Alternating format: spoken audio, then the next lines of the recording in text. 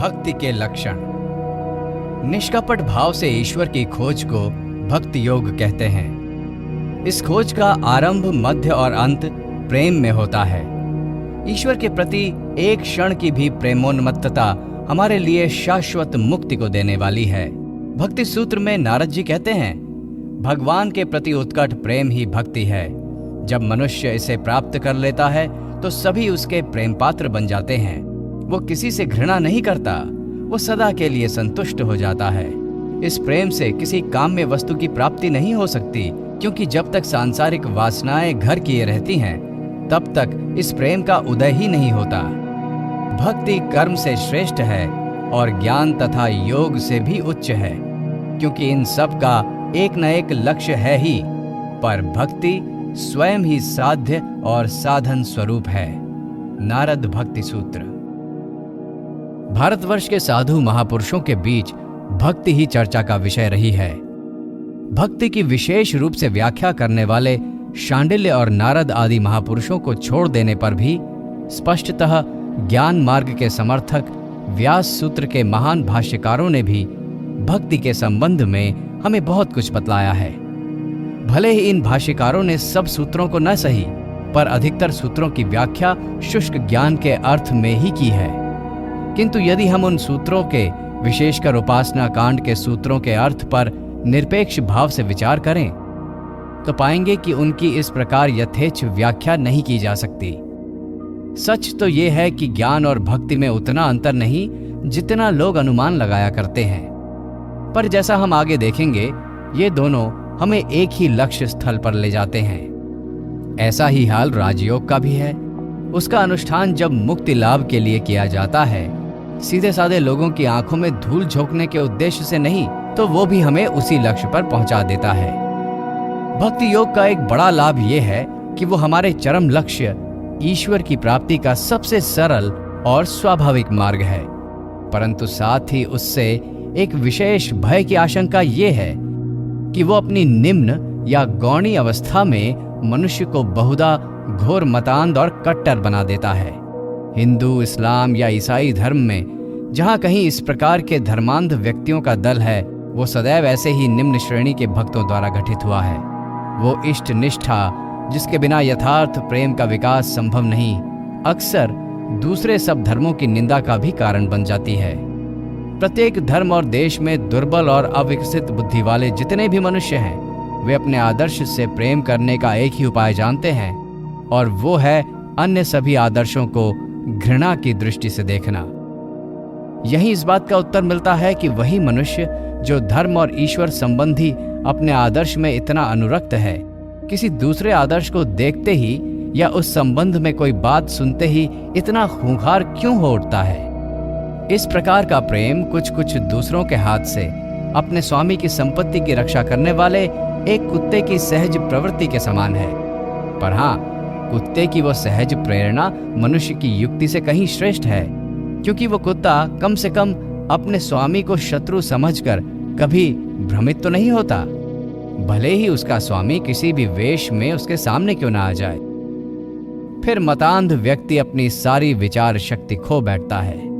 व्यक्तिगत विषयों की ओर उसकी इतनी अधिक अनुरक्ति रहती है कि वो ये जानने का बिल्कुल इच्छुक नहीं रह जाता कि कोई व्यक्ति कहता क्या है, वो सही है या गलत। उसका तो एकमात्र ध्यान रहता है ये जानने में कि वो बात कहता कौन है। तुम देखोगे, जो व्यक्ति अपने संप्रदाय के, अपने मत वाले लोगों के प्रति दयालु है, भला है और सच्चा है, सहानुभूति संपन्न है, वही अपने संप्रदाय से बाहर के लोगों के विरुद्ध बुरा से बुरा काम करने में भी ना हिचकिचाएगा। लेकिन ऐसी आशंका भक्ति की केवल निम्न स्तर की अवस्था में ही रहती है। इस अवस्था को गौणी कहते हैं, परंतु जब भक्ति परिपक्व होकर उस अवस्था को प्राप्त हो जाती है, जिसे हम परा कहते हैं, तब इस प्रकार की घोर मतांधता और कट्टरता की आशंका नहीं रह जाती। इस परा भक्ति से अनुभूत व्यक्ति प्रेम स्वरूप भगवान के इतने निकट पहुंच जाता है कि वो फिर दूसरों के प्रति घृणा भाव के विस्तार का यंत्र नहीं बन सकता। ऐसा संभव नहीं कि हम में से प्रत्येक इसी जीवन में सामंजस्य के साथ अपना चरित्र निर्माण कर सकें। फिर भी हम जानते हैं कि जिस चरित्र में ज्ञान, भक्ति और योग इन तीनों का सुंदर सम्मिश्रण है, वही सर्वोत्तम कोटि का है। एक पक्षी के उड़ने के लिए 3 अंगों की आवश्यकता होती है, 2 पंख और पतवार स्वरूप एक पूंछ। ज्ञान और भक्ति 2 पंख की तरह हैं और योग पूंछ, जो इनमें सामंजस्य बनाए रखता है। जो लोग इन तीनों साधना प्रणालियों का एक साथ सामंजस्य बिठाकर अनुष्ठान नहीं कर सकते और इसलिए केवल भक्ति को अपने मार्ग के रूप में अपना लेते हैं, उन्हें यह सदैव स्मरण रखना चाहिए कि यद्यपि बाह्य अनुष्ठान और क्रियाकलाप आरंभिक दशा में नितांत आवश्यक हैं, फिर भी भगवान के प्रति प्रगाढ़ प्रेम उत्पन्न कर देने के अतिरिक्त उनकी और कोई उपयोगिता नहीं होती। हालांकि ज्ञान और भक्ति दोनों ही मार्गों के आचार्यों का भक्ति के प्रभाव में विश्वास है, फिर भी उन दोनों में कुछ थोड़ा सा मतभेद है। ज्ञानी की दृष्टि में भक्ति मुक्ति का एक साधन मात्र है, पर भक्त के लिए वो साधन है और साध्य भी। मेरी दृष्टि में तो ये भेद नाम मात्र का ही है। वास्तव में जब भक्ति को हम एक साधन के रूप में लेते हैं तो उसका अर्थ केवल निम्न स्तर की उपासना होता है। इस तरह ये निम्न स्तर की उपासना ही आगे चलकर पराभक्ति में परिणत हो जाती है। ज्ञानी और भक्त दोनों ही अपनी अपनी साधना प्रणाली पर विशेष जोर देते हैं, पर वे ये भूल जाते हैं कि पूर्ण भक्ति के उदय होने से पूर्ण ज्ञान बिना मांगे ही प्राप्त हो जाता है और इसी प्रकार पूर्ण ज्ञान के साथ पूर्ण भक्ति भी स्वतः ही आ जाती है।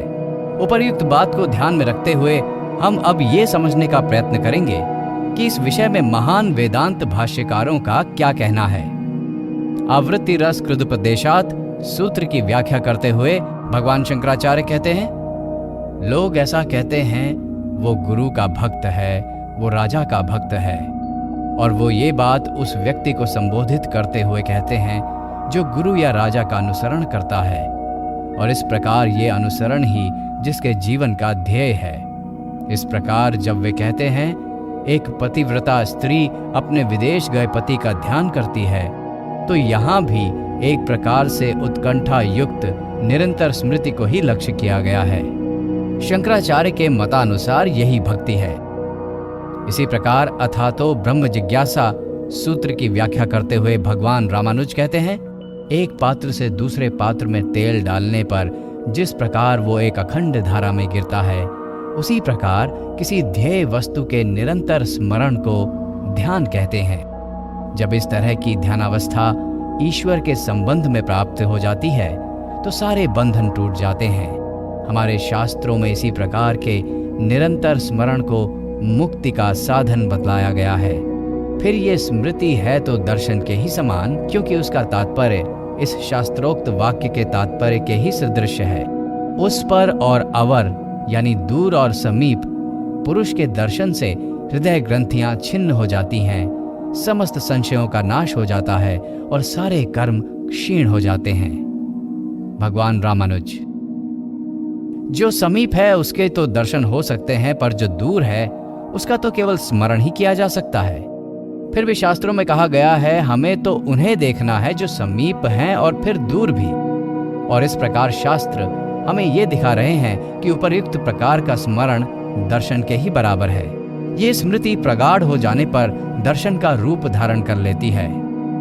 शास्त्रों में प्रमुख स्थानों पर कहा गया है कि उपासना का अर्थ निरंतर स्मरण ही है, और ज्ञान भी जो असकृत उपासना से अभिन्न है, निरंतर स्मरण के अर्थ में ही वर्णित हुआ है। अतएव श्रुतियों ने उस स्मृति को, जिसने प्रत्यक्ष अनुभूति का रूप धारण कर लिया है, मुक्ति का साधन बताया है। आत्मा की अनुभूति न तो नाना प्रकार की विद्याओं से हो सकती है, न बुद्धि से और न बारंबार वेदाध्ययन से। यह आत्मा जिसको वर्ण करती है वही इसकी प्राप्ति करता है, तथा उसी के सम्मुख आत्मा अपना स्वरूप प्रकट करती है। यहाँ ये कहने के उपरांत कि केवल श्रवण मनन और निधिध्यासन से आत्म उपलब्धि नहीं होती, ये बताया गया कि जिसको ये आत्मा वर्ण करती है उसी के द्वारा ये प्राप्त होती है। जो अत्यंत प्रिय है उसी को वर्ण किया जाता है। जो इस आत्मा से अत्यंत प्रेम करता है वही आत्मा का सबसे बड़ा प्रिय पात्र है। यह प्रिय पात्र जिससे आत्मा की प्राप्ति कर सके, उसके लिए स्वयं भगवान सहायता देते हैं, क्योंकि भगवान ने स्वयं कहा है, जो मुझ में सतत युक्त है और जो प्रीतिपूर्वक मेरा भजन करते हैं उन्हें मैं ऐसा बुद्धि योग देता हूँ जिससे वे मुझे प्राप्त हो जाते हैं। इसीलिए कहा गया है कि जिसे ये प्रत्यक्ष अनुभवात्मक स्मृति अत्यंत प्रिय है, उसी को परमात्मा वरण करते हैं, वही परमात्मा की प्राप्ति करता है। क्योंकि जिनका स्मरण किया जाता है उन परमात्मा को ये स्मृति अत्यंत प्रिय है। ये निरंतर स्मृति ही भक्ति शब्द द्वारा अभिहित हुई है। पतंजलि के ईश्वर प्राणिधानाद्वा सूत्र की व्याख्या करते हुए भोज कहते हैं, प्राणिधान वो भक्ति है जिसमें इंद्रिय भोग आदि समस्त फलाकांक्षाओं का त्याग कर सारे कर्म उस परम गुरु परमात्मा को समर्पित कर दिए जाते हैं। भगवान वेद व्यास ने भी इसकी व्याख्या करते हुए कहा है, प्राणिधान वो भक्ति है जिससे उस योगी पर परमेश्वर का अनुग्रह होता है और उसकी सारी आकांक्षाएं पूर्ण हो जाती हैं। ऋषि शांडिल्य के मतानुसार ईश्वर में परम अनुरक्ति ही भक्ति है। पराभक्ति की सर्वश्रेष्ठ व्याख्या तो वो है जो भक्त राज प्रहलाद ने दी है। अविवेकी पुरुषों की इंद्रिय विषयों में जैसी तीव्र आसक्ति होती है, तुम्हारे प्रति उसी प्रकार की तीव्र आसक्ति तुम्हारा स्मरण करते समय कहीं मेरे हृदय से चली न जाए। ये आसक्ति किसके प्रति? उन्हीं परम प्रभु ईश्वर के प्रति। किसी अन्य पुरुष, चाहे वो कितना ही बड़ा क्यों ना हो, उसके प्रति आसक्ति को कभी भक्ति नहीं कह सकते। इसके समर्थन में एक प्राचीन आचार्य को उद्धृत करते हुए अपने श्री भाष्य में रामानुज कहते हैं, ब्रह्मा से लेकर एक तिनका तक संसार के समस्त प्राणी कर्म जनित जन्म मृत्यु के वश में है। अतएव अविद्या युक्त और परिवर्तनशील होने के कारण वे इस योग्य नहीं कि ध्येय विषय के रूप में वे साधक के ध्यान में सहायक हों। शांडिल्य के अनुरक्ति शब्द की व्याख्या करते हुए भाष्यकार स्वप्नेश्वर कहते हैं, उसका अर्थ है अनु यानी पश्चात और रक्ति यानी आसक्ति, अर्थात वो आसक्ति जो भगवान के स्वरूप और उनकी महिमा के ज्ञान के पश्चात आती है। अन्यथा स्त्री पुरुष आदि किसी भी व्यक्ति के प्रति अंध आसक्ति को ही हम भक्ति कहने लगे। अतः हम स्पष्ट देखते हैं कि आध्यात्मिक अनुभूति के निमित्त किए जाने वाले मानसिक प्रयत्नों की परंपरा या क्रम ही भक्ति है, जिसका प्रारंभ साधारण पूजा पाठ से और अंत ईश्वर के प्रति प्रगाढ़ एवं अनन्य प्रेम में होता है। ईश्वर का स्वरूप। ईश्वर कौन है? जिनसे विश्व का जन्म, स्थिति और प्रलय होता है, वे ही ईश्वर हैं। वे अनंत, शुद्ध, नित्य मुक्त, सर्वशक्तिमान, सर्वज्ञ, परम कारुणिक और गुरुओं के भी गुरु हैं, और सर्वोपरि वे ईश्वर अनिर्वचनीय प्रेम स्वरूप हैं। उपर्युक्त सब व्याख्या अवश्य सगुण ईश्वर की है। तो क्या ईश्वर दो हैं? एक सच्चिदानंद स्वरूप जिसे ज्ञानी नेति नेति करके प्राप्त करता है, यानी ये भी नहीं करके प्राप्त करता है, और दूसरा भक्त का ये प्रेममय भगवान। नहीं, वो सच्चिदानंद ही ये प्रेममय भगवान है। वो सगुण और निर्गुण दोनों है। ये सदैव ध्यान में रखना चाहिए कि भक्त का उपास्य सगुण ईश्वर ब्रह्म से भिन्न अथवा पृथक नहीं है। सब कुछ वही एकमेव अद्वितीय ब्रह्म है। पर हाँ, ब्रह्म का ये निर्गुण स्वरूप अत्यंत सूक्ष्म होने के कारण प्रेम व उपासना के योग्य नहीं। इसीलिए भक्त ब्रह्म के सगुण भाव अर्थात परम नियंता ईश्वर को ही उपास्य के रूप में ग्रहण करता है। उदाहरण के लिए, ब्रह्म मानो मिट्टी या उपादान के सदृश है, जिससे नाना प्रकार की वस्तुएं निर्मित हुई हैं। मिट्टी के रूप में तो वे सब एक हैं, पर उनके बाह्य आकार अलग अलग होने से वे भिन्न भिन्न प्रतीत होती हैं। उत्पत्ति के पूर्व वे सब की सब मिट्टी में गूढ़ भाव से विद्यमान थी। उपादान की दृष्टि से अवश्य वे सब एक हैं, पर जब वे भिन्न भिन्न आकार धारण कर लेती हैं और जब तक आकार बना रहता है तब तक तो वे पृथक पृथक ही प्रतीत होती हैं। मिट्टी का एक चूहा कभी मिट्टी का हाथी नहीं हो सकता, क्योंकि गढ़े जाने के बाद उनकी आकृति ही उनमें विशेषत्व पैदा कर देती है। यद्यपि आकृतिहीन मिट्टी की दशा में वे दोनों एक ही थे। ईश्वर उस निरपेक्ष सत्ता की उच्चतम अभिव्यक्ति है, या यूं कहिए मानव मन के लिए जहां तक निरपेक्ष सत्य की धारणा करना संभव है, बस वही ईश्वर है। सृष्टि अनादि है और उसी प्रकार ईश्वर भी अनादि है। वेदांत सूत्र के 4th अध्याय के 4th पाद में यह वर्णन करने के पश्चात कि मुक्ति लाभ के उपरांत मुक्तात्मा को एक प्रकार से अनंत शक्ति और ज्ञान प्राप्त हो जाता है।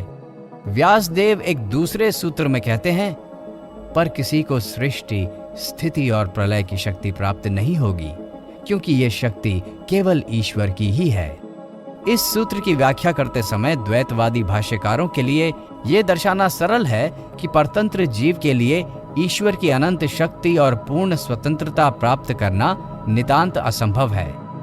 कट्टर द्वैतवादी भाष्यकार मध्वाचार्य ने वराह पुराण से एक श्लोक लेकर इस सूत्र की व्याख्या अपनी पूर्व परिचित संक्षिप्त शैली में की है। इसी सूत्र की व्याख्या करते हुए भाष्यकार रामानुज कहते हैं, ऐसा संशय उपस्थित होता है कि मुक्तात्मा को जो शक्ति प्राप्त होती है उसमें क्या परम पुरुष की जागृत सृष्टि आदि असाधारण शक्ति और सर्वनियंत्रत्व भी अंतर्भूत है, या कि उसे यह शक्ति नहीं मिलती और उसका ऐश्वर्य केवल इतना ही रहता है कि उसे परम पुरुष के साक्षात दर्शन भर हो जाते हैं। तो इस पर पूर्व पक्ष ये उपस्थित होता है कि मुक्तात्मा का जगनियंत्रत्व प्राप्त करना युक्त है, क्योंकि शास्त्र का कथन है वो शुद्ध रूप होकर परम एकत्व प्राप्त करता है। मुंडक उपनिषद 3:1-3। अन्य स्थान पर यह भी कहा गया है कि उसकी समस्त वासना पूर्ण हो जाती है। अब बात यह है कि परम एकत्व और सारी वासनाओं की पूर्ति परम पुरुष की असाधारण शक्ति जगन नियंत्रत्व बिना संभव नहीं। इसलिए जब हम ये कहते हैं कि उसकी सब वासनाओं की पूर्ति हो जाती है तथा उसे परम एकत्व प्राप्त हो जाता है, तो हमें यह मानना ही चाहिए कि उस मुक्तात्मा को जगन नियंत्रत्व की शक्ति प्राप्त हो जाती है। इस संबंध में हमारा उत्तर यह है कि मुक्तात्मा को जगन नियंत्रत्व के अतिरिक्त अन्य सब शक्तियां प्राप्त हो जाती हैं। जगन नियंत्रत्व का अर्थ है विश्व के सारे स्थावर और जंगम के रूप, उनकी स्थिति और वासनाओं का नियंत्रत्व। पर मुक्तात्माओं में ये जगन नियंत्रत्व की शक्ति नहीं रहती। हाँ, उनकी परमात्म दृष्टि का आवरण अवश्य दूर हो जाता है और उन्हें प्रत्यक्ष ब्रह्मानुभूति हो जाती है। बस यही उनका एकमात्र ऐश्वर्य है। ये कैसे जाना? शास्त्र वाक्य के बल पर। शास्त्र कहते हैं कि जगन नियंत्रत्व केवल परब्रह्म का गुण है, जैसे जिससे यह समुदाय उत्पन्न होता है, जिसमें यह समुदाय स्थित रहता है और जिसमें प्रलय काल के ये समुदाय लीन हो जाता है।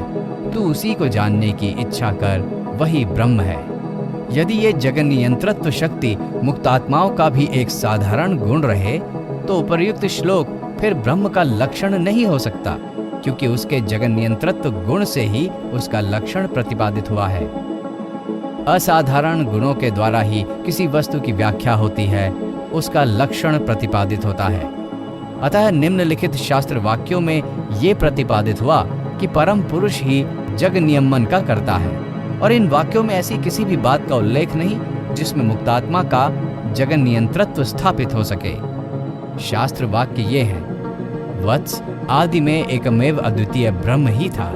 उसमें इस विचार का स्फुरण हुआ कि मैं बहुसृजन करूंगा। उसने तेज की सृष्टि की। आदि में केवल ब्रह्म ही था, उसकी उत्कांति हुई। उससे क्षत्र नामक एक सुंदर रूप प्रकट हुआ। वरुण, सोम, रुद्र, पर्जन्य, यम, मृत्यु, ईशान, ये सब देवता क्षत्र हैं। पहले आत्मा ही थी, अन्य कुछ भी क्रियाशील नहीं था। उसे सृष्टि सृजन का विचार आया और फिर उसने सृष्टि कर डाली। एकमात्र नारायण ही थे, न ब्रह्म थे, न ईशान, न ध्यावा पृथ्वी, नक्षत्र, जल, अग्नि, सोम और न सूर्य। अकेले उन्हें आनंद न आया। ध्यान के अनंतर उनके एक कन्या हुई। 10 इंद्रिय जो पृथ्वी में वास करते हुए भी पृथ्वी से अलग हैं, जो आत्मा में रहते हुए, इत्यादि इत्यादि। दूसरे सूत्र की व्याख्या करते हुए रामानुज कहते हैं, यदि तुम कहो कि ऐसा नहीं है, वेदों में तो ऐसे अनेक श्लोक हैं जो इसका खंडन करते हैं, तो वास्तव में वेदों के उन स्थानों पर केवल निम्न देवलोकों के संबंध में ही मुक्तात्मा का ऐश्वर्य वर्णित है। ये भी एक सरल मीमांसा है। यद्यपि रामानुज समष्टि की एकता स्वीकार करते हैं, तथापि उनके मतानुसार इस समष्टि के भीतर नित्य भेद है। अतएव ये मत भी कार्यतः द्वैत भावनात्मक होने के कारण जीवात्मा और सगुण ब्रह्म ईश्वर में भेद बनाए रखना रामानुज के लिए कोई कठिन कार्य न था। अब इस संबंध में प्रसिद्ध अद्वैतवादी का क्या कहना है, ये समझने का प्रयत्न करें।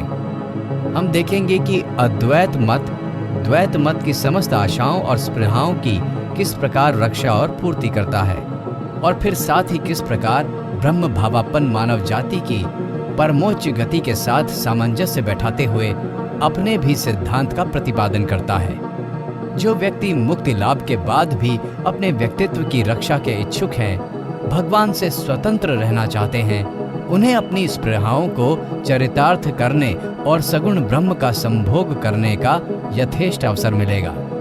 ऐसे लोगों के बारे में भागवत पुराण में कहा गया है, हे राजन, हरि के गुण ही ऐसे हैं कि समस्त बंधनों से मुक्त आत्मा राम ऋषि मुनि भी भगवान की अहेतुकी भक्ति करते हैं। सांख्य में इन्हीं लोगों को प्रकृति लीन कहा गया है। सिद्धि लाभ के अनंतर यही दूसरे कल्प में विभिन्न जगत के शासनकर्ता के रूप में प्रकट होते हैं, किंतु इनमें से कोई भी कभी ईश्वर तुल्य नहीं हो पाता।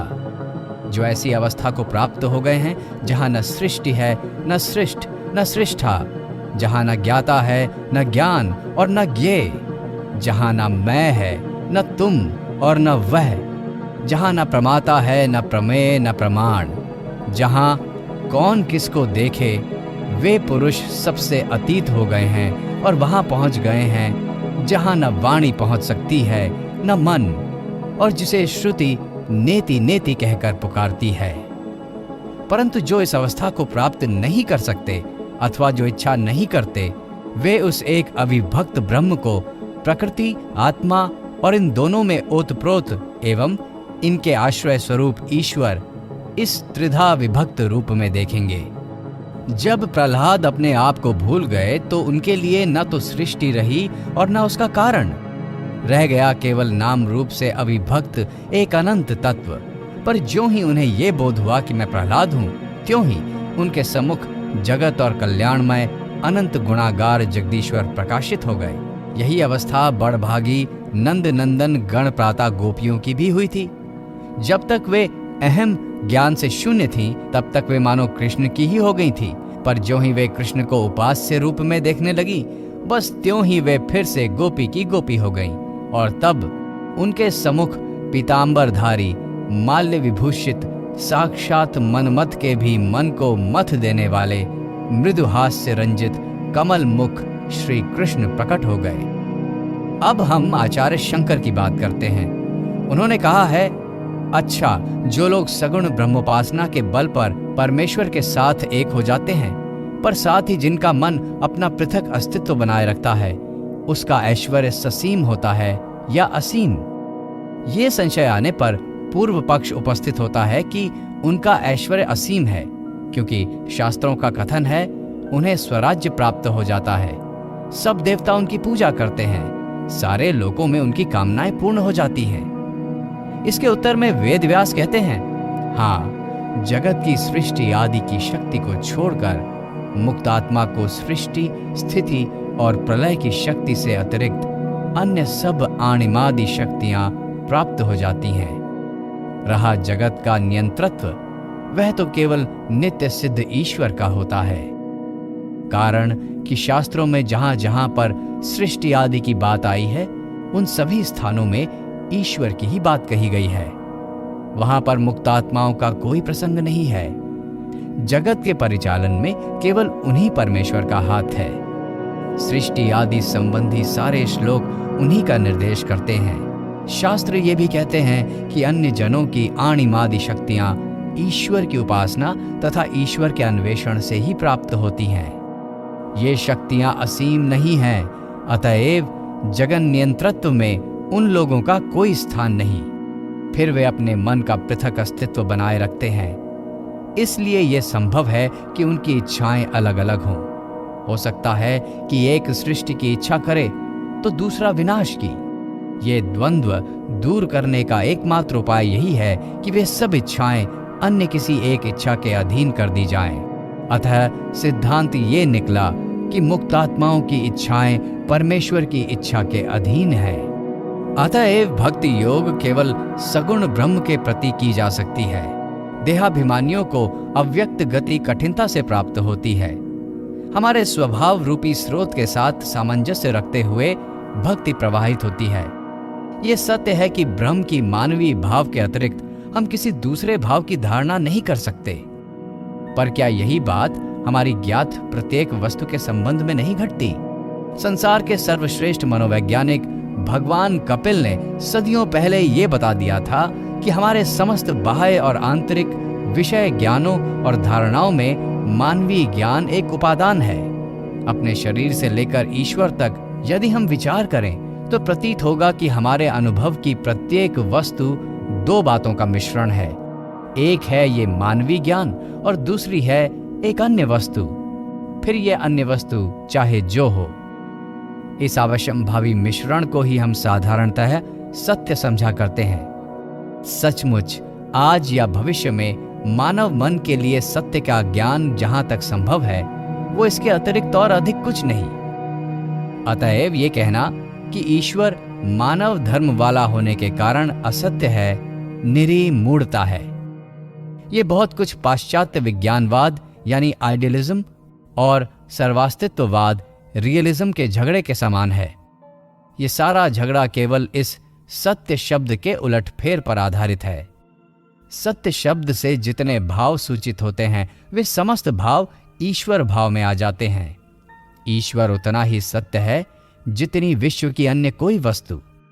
वास्तव में सत्य शब्द यहां पर जिस अर्थ में प्रयुक्त हुआ है उससे अधिक सत्य शब्द का और कोई अर्थ नहीं।